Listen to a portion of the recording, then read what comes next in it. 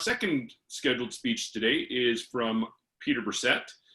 He's giving his fourth icebreaker speech, and he's excited to be starting a new pathways and will be focusing on a single theme for all the speeches and projects. He's piqued my interest with what that topic is. Peter Brissett, take it away. Thank you so much, Mr. Toastmaster, fellow Toastmasters and guests. This is my fourth icebreaker speech. I'm starting on this new path, and I wanted to share a little bit about my journey to becoming a business owner. I would like to tell you this was a smooth and easy journey to business ownership, but in a lot of ways, I had to finagle my way there. I'll explain it to you this way. 3 key points: the discovery, the problem, and the solution. So first of all, the discovery. In 2008, I had the corporate job. I was going to a cubicle all day, technical sales rep for a manufacturing company. It was okay. It was a good job. I had health benefits, decent pay. But something wasn't quite there. There was something missing. And I stumbled upon a concept referred to as the Pareto principle. Perhaps you've heard of the Pareto principle. A French-born Italian economist, Wilfred Pareto, discovered this concept. You probably are more familiar with it as the 80-20 principle. That's what most people refer to it as. He discovered this when he was looking at land ownership. He said that in his research that 20% of the population owned 80% of the land.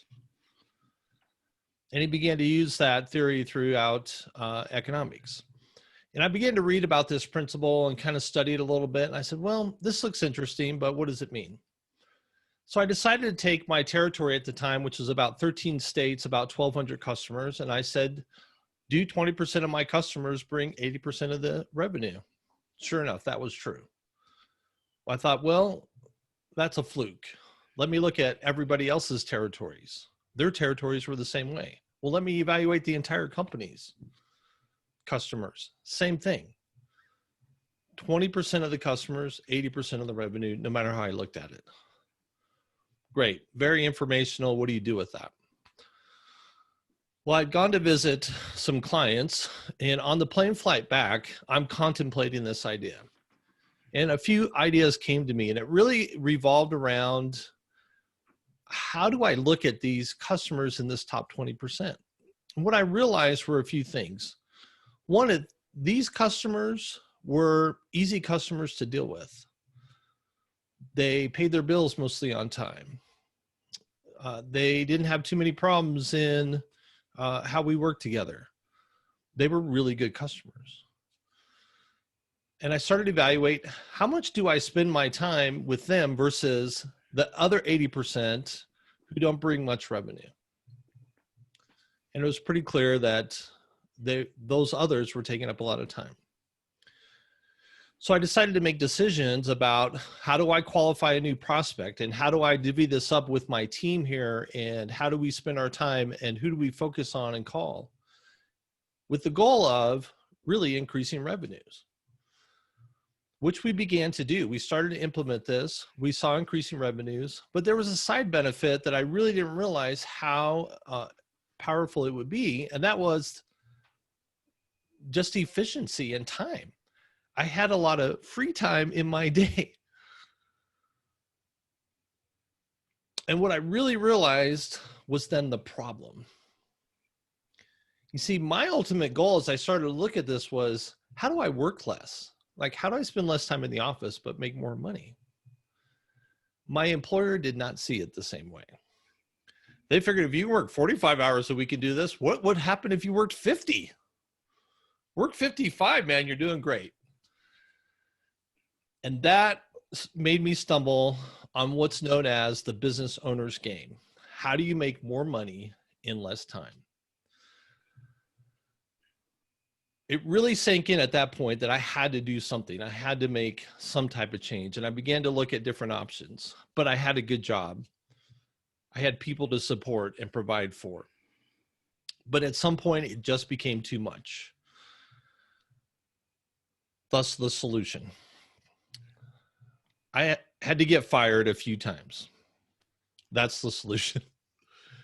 First of all, I had to fire myself. I had to fire myself from that job. I had to put in my notice and try to do something else. Over the next couple years, I did a number of different things, some things on my own. I had some different jobs. I had a chance to kind of stretch my wings a little bit, learn more about marketing and marketing strategy and digital marketing until I really found a mentor who really helped guide me and direct me, someone who was doing what I wanted to do, and ultimately to be able to launch the business. So this is 2008. I leave a good job in 2008. You remember 2009, 2010, recession. I decided to start a business. That's been 10 years ago. I've been full-time in this business now for 10 years. We've made it through a pandemic, and we're going to make it beyond this. That's longer than any job I ever had, ever in my life before that. So I think this happens to us often in life, though. We have a discovery. We get a little bit of new information, and it helps identify a problem or uncover a problem that we didn't even know was there. The real question is, are we going to make a decision to actually take action and do something about it? Now, again, I would like to tell you that that journey over those few years to ultimately starting the business, and even in the first couple of years in business, was smooth and easy. It was not. It was disaster after disaster after disaster. It was a struggle. It was hard. But one of my mentors and teachers now has a saying that he got from his military soccer team. Bad plans carried out violently sometimes yield good results. So I had a really bad plan, but I carried it out violently. And what does that mean, violently? It doesn't mean with anger. It means with everything that I had. I put everything I had into it, and this was my plan today. And I'm going to finish this plan and pursue this plan. And that's what I did. So thankfully, it ultimately yielded some good results, and I'm constantly working on those plans. So my intention over the next year is to dig more into this whole idea of the 80-20 principle. I've read about it many times. I have several books. Richard Koch, the 80-20 principle. Perry Marshall's 80-20 sales and marketing. Lots of other source material. And so my entire theme for this path is going to be, how do you apply the 80-20 principle? Mr. Toastmaster.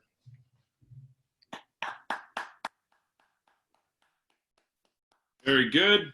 If we were in person, Peter, we'd all be standing for even for your fourth icebreaker. We would be giving you a standing ovation and round of applause.